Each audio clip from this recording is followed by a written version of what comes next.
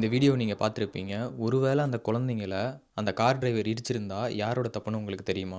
டிரைவர்ஸோட முக்கியமான கடமை என்னன்னா, ரோட்ல ஏதாச்சும் ஆபத்து இருக்காங்கிறத முன்னாடியே கெஸ் பண்ணி பாதுகாப்பா ஓட்டிட்டு போகணும். அதுவும் முக்கியமா இந்த மாரி கூட்டமா இருக்கிற இடத்துலயும், சில்ட்ரன்ஸ் அதிகமா இருக்கிற இடத்துலயும் பார்த்து வண்டி ஓட்டணும். இது எல்லா டிரைவர்ஸோட லீகல் டியூட்டி ஆஃப் கேர். இந்த மாரி கூட்டத்த பார்த்தும் வண்டிய ஸ்லோ பண்ணாம ஸ்பீடாவே போய் அந்த குழந்தைங்கள இடிச்சாங்கன்னா, இது கம்ப்ளீட்லி டிரைவரோட ஃபால்ட்ல வரும். டிரைவர்ஸ்க்கு எப்படி லீகல் டியூட்டி இருக்கோ, அதே மாதிரி நடந்து போறவங்களுக்குமே ரோட்ல வந்து ரெஸ்பான்சிபிலிட்டி இருக்கணும். நடந்து போறவங்க வந்து எதுக்குமே டிராஃபிக்க வந்து டிஸ்டர்ப் பண்ணக்கூடாது. ரோட வந்து சேஃபா இருக்கிறப்ப மட்டும் தான் கிராஸ் பண்ணணும். இந்த சிச்சுவேஷன்ல கார் டிரைவர் வந்து மெதுவா வந்தும், குழந்தைங்க வந்து சடனா கிராஸ் பண்ணி ஆக்சிடென்ட் ஆச்சு அப்படின்னா, முழுக்க முழுக்க அந்த குழந்தைங்களும் அவங்களோட பேரண்ட்ஸும் தான் காரணமாவாங்க.